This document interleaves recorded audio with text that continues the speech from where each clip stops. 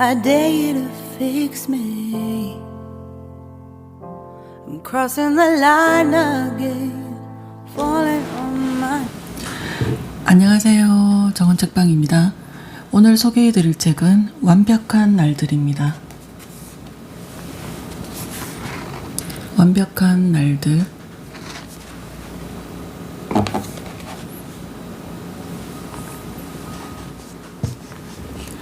M과 나는 물에서 3m쯤 떨어진 곳에 산다.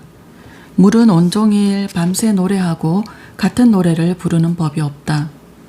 물이 빠질 때는 물이 차오를 때보다 소리가 거칠다. 떠나기 싫어 어르렁거리듯 현 굵은 악기의 어두운 소리를 낸다. 물이 들어올 때는 소리가 쾌활해진다. 나는 날마다 이른 아침에 물가를 거닐 때 다시금 깨어난다. 나는 바다의 노래에 감사를 보낸다. 세상에 이토록 아름다운 건 어떤 의미일까? 그리고 난 그것에 대해 어떻게 해야 할까? 내가 세상에 주어야 할 선물은 무엇일까? 나는 어떤 삶을 살아야 하는 걸까? 균형 잡힌 삶을 사는 데는 습관의 역할이 무엇보다 중요하다. 대부분의 사람들은 중요한 일보다는 사소한 일에 습관적으로 행동할 때가 많다. 그래서 우리는 습관을 통해 그 현명한 도움을 통해 스스로를 아주 훌륭하게 개선할 수 있다. 하지만 습관은 우리에게 도움을 준다기보다는 우리를 지배한다고 볼 수 있다. 나무는 잎을 억제하지 않고 때가 되면 물 흐르듯 자연스럽게 돋아나고 스스로 떨어지게 한다. 물도 어느냐 마느냐를 스스로 결정하지 않는다. 온도의 법칙에 자신을 맡긴다. M과 나는 40년 넘게 다름으로 서로를 괴롭혀왔다. 하지만 다름은 삶의 활력소가 되기도 한다. M은 나무에는 거의 눈길도 안 준다. 그녀는 고속 모터보트를 갖고 싶어 한다. 나는 모래밭에 앉아 주위를 둘러보며 몽상에 젖고 싶어 한다. 내가 사사프라스 잎을 집에 가져가면 M은 그걸 보며 감탄한다. 그녀가 내게 마을과 항구 위 하늘을 아는 기분을 이야기해주면 그 푸른 길에 대한 묘사로 내 세계는 아주 달콤해진다. 우리의 서로 다른 흥분을 접하는 건 함께하는 삶의 또 다른 선물이다. 나는 야콥 베메를 읽고 그의 빛나는 그물에 걸린다. 그는 욕망과 의지가 하나의 임무를 수행하는 두 팔과 같아야 한다고 말했지만 내 삶에서 의자는 계속 언덕을 미끄러져 내려간다. 일해야 할 때 놀려고 한다. 욕망은 활락을 즐기기에 가장 좋은 때가 왔을 때 경건하게 노동을 원한다. 둘 다 말썽꾸러기다. 어쨌거나 나는 학교를 거의 이용하지 않는다. 자신이 축복받은 존재임을 머리로 이해하는 것이 아니라 가슴으로 아는 그런 상태에서는 그늘에서 햇살 속으로 움직이기만 해도 그 생명의 열기를 느낀다. 나는 모든 길을 따라 걷기도 하고 연못가에 누워 생각을 정리하기도 한다. 아침마다 소란과 고요가 결혼하여 빛을 만든다. 태양이 장밋빛 자두처럼 떠오른다. 물에서 떠도는 새들이 돌아본다. 이따금 바람도 돌아보는 듯하다. 워즈워스의 산. 이 산의 겨울 아침에 서리 사이로 반갑기 거지없는 소문이 들려온다. 해는 아직 뜨지 않았지만 산 너머로 첫 빗줄기를 뿌린다. 마치 리허설이라도 하듯이 비스듬한 빗줄기가 황금빛으로 물들어 있다. 과장이 아니다. 아직 똑바로 선 잡초들은 순간적으로 얼음과 빛의 셔츠를 입고 마벙의 지팡이가 된다. 이제 은빛은 그만. 분홍을 보라. 더할 나위 없는 은은한 연초록의 분출을 보라. 오직 이 시간만이 늘 새롭고 신선한 새벽만이 연출할 수 있는 광경이다. 산과 숲은 숭고하지만 계곡의 흙이 곡식을 더 잘 키워낸다. 어른이 되면 자신이 두 개의 반쪽으로 존재한다는 걸 알게 된다. 여가와 일, 그리고 이 둘을 고려하여 세상을 본다. 여가를 즐길 때는 찬란한 빛을 기억하고 일할 때는 결실을 추구한다. 세상의 미와 기묘함은 기운을 돋우는 상쾌함으로 우리의 눈을 채우는 한편 우리 가슴에 공포를 안겨주기도 한다. 세상의 한쪽에는 광희가, 그 반대쪽에는 심연이 존재한다. 우리는 나비에서 거듭거듭 처월이라는 관념을 본다.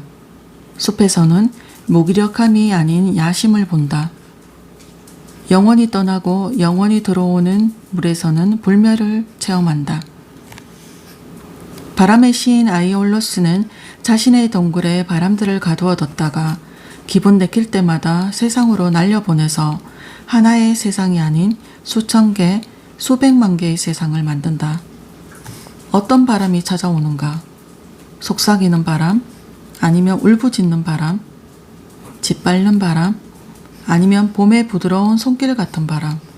그건 올바른 확실성들 사이의 변화에 매듯 고열을 뒤흔들어 광난 상태로 만들었다가 다시 그지없는 행복의 상태로 돌아가게 하는 촉매제다.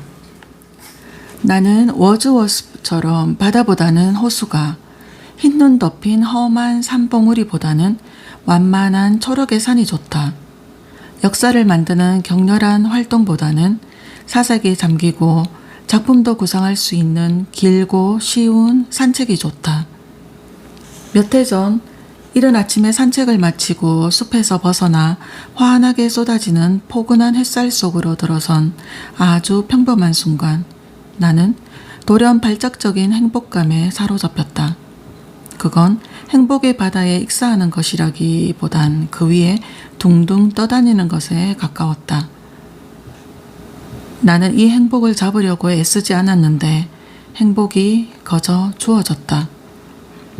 이런 교감은 푸른 하늘의 축복 아래 햇살 가득한 세상이 평온을 구가하고 바람의 신이 잠들었을 때 그 조용한 순간에 몰입하는 사람에게 일어나기 쉽지 않을까 한다. 그런 때 우리는 모든 겉모습과 부분성의 베일을 들추고 그 속에 숨겨진 걸 엿볼 수 있을 것이다.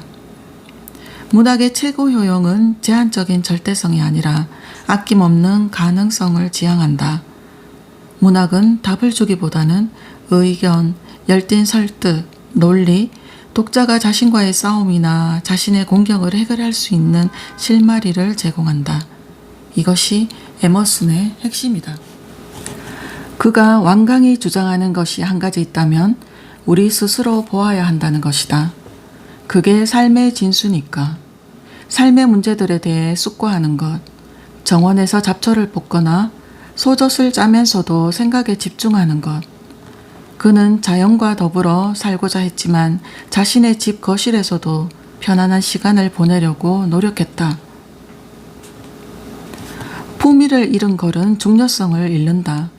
더욱이 영감을 주면서도 절도를 지키는 것을 쓰는 건 쉬운 일이 아니다. 에머슨은 평범한 말에 놀라운 관념을 결합했다. 그는 이렇게 조언했다. 당신의 마차를 별에 매라. 물방울은 하나의 작은 바다다. 어리석은 일관성은 편협한 정신의 헛된 망상이다. 우리는 표면들 위에서 살며 삶의 진정한 예술은 그 위에서 스케이트를 잘 타는 것이다. 잠은 평생 우리 눈가에 머문다. 밤이 종일 전나무 가지에 머무는 것처럼 영혼이 육체를 만든다. 기도는 가장 높은 견지에서 인생의 사실들에 대해 숙고하는 것이다. 이런 조언들을 들으면 그의 비범한 직관적 실천이 더 분명하게 이해되고 우리에게도 가능한 것처럼 느껴진다. 그의 글은 결론에 도달하지 않고 정지하여 독자 스스로 결론을 향해 나아가도록 현명하게 밀어준다. 그의 글은 귀에 즐겁고 마음의 원기를 북돋아주고 그러면서도 정신에 강한 충격을 준다. 겨울 아침 나는 5시나 그 전에 계단을 내려온다. 하늘은 검지만 오래가진 않는다. 나는 커피를 끓이고 창문마다 다니며 블라인드를 올리고 밖을 내다본다. 분홍, 귤색, 라벤더색, 빛이 동쪽 수평선을 따라 돌진하다가 안개처럼 하늘로 기어올라 어둠의 안쪽 모퉁이에서 바르르 몸을 떤다. 우주의 은밀한 곳, 색깔들이 물속으로 흘러들고 모든 것이 푸르게 변한다. 미국 오리들이 바위들 근처에서 첨벙거린다. 봄에도 이 해돋이는 계속될 것이다. 4월이면 바다 검둥오리들이 집 가까이까지 온다. 참솜 기도리와 눈빛이 온순한 바닷광들도 여름이면 제비갈매기들과 작은 제비갈매기들이 오후에 먹이를 찾아 모여 연신 물속으로 다이빙 한다. 물론 폭풍도 찾아온다. 늦여름이 되면 작은 돈발상어 한두 마리가 종종 우리 가까이로 헤엄쳐 온다. 백조 한 쌍이 온 적도 있다.